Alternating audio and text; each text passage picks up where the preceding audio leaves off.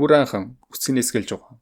Эсвэл хэлний түвшин бага, дундаж, бүр их за хинч байх хамаагүй. Хэлний түвшингөө сайн ажируулъя, ахиулъя гэж бодож байгаа. Хэн бүхэнд Антонигийн тусгай спешиал за яадаг ч байсан нэг гоё зөвлөгөө. За үнэхээр та хэлний түвшингөө сайжруулъя гэж бодож байгаа бол хүсэж байгаа бол зааны газар суугаад эсвэл хэвтээр нүдэн анаад анихгүй байсан ч болно. За нэг цаас гаргаж ирээд энэ цаасан дээр энэ хэлийг сурж яг юу хэмээр байгаа юм бэ гэдгээ бичээрэй. Мэдээж юуж байлна. Тухайн улсад очиж ажиллаж сурмаар байна, амьдармаар байна. Тухайн улсаар аялмаар байна. Тухайн улсын хүмүүстэй ярилцмаар байна. Юуж болно. Зүгээр л сэтгэл чинь бууж байгаа өөрт чинь үнэн гих зүйлийг энэ цаасан дээр бичээд үзээрэй. Хоёрт одоо цаасан дээр бичсэн зүйлээ хингээ би яаж энэ хэлээ сайжруулж болох вэ гэдэг зүйлийг бодож үзнэ. Яагаад вэ гэхээр хүмүүс нэг юм бодол өгдөг. Энэ хэлийг сурчхаад энэ зүйлийг хийн гэж боддог. Энэ арга барил бол маш буруу зүйл. Энэ бол маш явцгүй зүйл.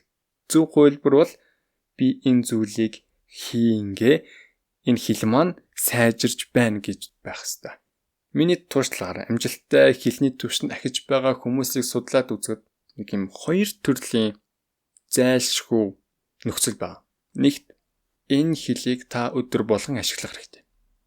Яагаад гэвэл эн чинь хэрэглүүр бага зэвсэг тийм ээ. Хэрэглүүр учраас хэрэгжилж ажил гарт орж ирнэ. Тийм учраас энэ зүйлийг өдөр болгон хэрэглэх хэрэгтэй. Хоёрдугаар тухайн хэрэгжилж байгаа арга чинь таны сэтгэлд тааламжтай байх хэрэгтэй. Танд ажил шиг санагддаггүй байх хэрэгтэй. За ерөнхийдөө энэ хоёр зүйл. Энэ хоёрхан нөхцөлийг л биелүүлэхэд бүх зүйл аяндаа болж байгаа. Өдөр болгон тухайн хэлээ хэрэгэл. Тэгээ хэрэгжилж байгаа арга барил чинь танд тааламжтай байх. Хэрвээ таны одоо сурж байгаа арга, давтаж байгаа арга чинь танд хэцүү байдаг, ажил шиг санагддаг, жоохон төвхтэй залхууч нь хүрдэг, тийм ээ. За ийм мэдрэмж хэдийнэ төрж байгаа бол угаасаа бүтэхгүй байна гэсэн. Одоо мэдээж өдөр болгон хэрэгжилж байгаа чинь сайн арга гэхдээ танд зовлонтой санаж байгаа л энэ угаасаа бүтэх. Тэгэхээр гоё болголтоо. Кино болголтоо. Эсвэл тоглоом болголтоо. Сонирхолтой болголтоо. Хэл гэдэг зүйл маань хичээл шиг биш, амьдралд ойрхон хэрэглүүр шиг байл. Яг энэ бүгдээс та бүхэн ямар нэгэн зүйл ойлгосон гэж найдаа. Энэ таны миний бие байлаа. За баяр та.